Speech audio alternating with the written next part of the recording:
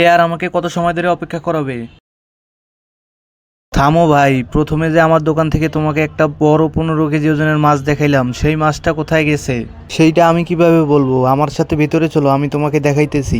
এই দেখ, আমি যে তোকে প্রথমে 15 কেজি ওজনের একটা মাছ দেখাইছিলাম, সেইটা তো গায়েব হয়ে গেছে। ও ভাই, এটা এত বড় মাছ ছিল? এটা 2 টাকা দামের কয়েন না যে আমি পকেটে করে ভরে নিয়ে গেছি। মাছ তো এখানেই পড়েছিল, আমি কিভাবে বলবো? ভিতরে করতেছেটা কি? আরে, ও তো মনে হয় ফেসে গেছে। এখন আমাকেই কিছু একটা করতে হবে। আমি এখন এই মাছটাকে এখানে লুকিয়ে রাখি। তুমি কি আমাকে বলদ পাইছো? এটা অনেক দামি মাছ ছিল। আসসালামু আলাইকুম চাচা যান, আপনার যে পুলিশ অতিথিরা আসার কথা ছিল ওরা তো চলে এসেছে। আপনি তাড়াতাড়ি বাড়িতে যান, নলে কিন্তু ওরা এখানে চলে আসবে। এটা আবার কে?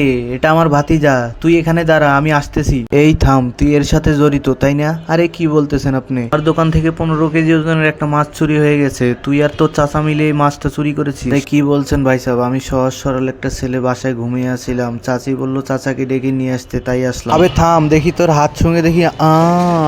আবে তুই ঘরে শুয়েছিলি, তাহলে তোর হাত থেকে মাছের গন্ধ আসে কিভাবে? সত্যি করে বল, আমার মাছ কোথায় লুকাইছিস? ভাই সাহেব বলতেছি বলতেছি আমি সত্যি কথাই বলতেছি। আমাকে ছেড়ে দেন। আচ্ছা, ছেড়ে দিব। ভাই সাহেব, চাচা আমাকে এই ছিদ্র দিয়ে মাছ দিয়েছিল, আর মাছটা আমি এখানে রেখেছি। আপনার মাছ আপনি নেন আর আমাকে ছেড়ে দেন। সব দোষ তো আমার চাচার। আচ্ছা ঠিক আছে, তোমাকে ছেড়ে দিলাম। এরপরে কি হয় ভিডিওটি দেখতে চ্যানেলটি অবশ্যই সাবস্ক্রাইব করো আর ভিডিওতে একটা লাইক করো।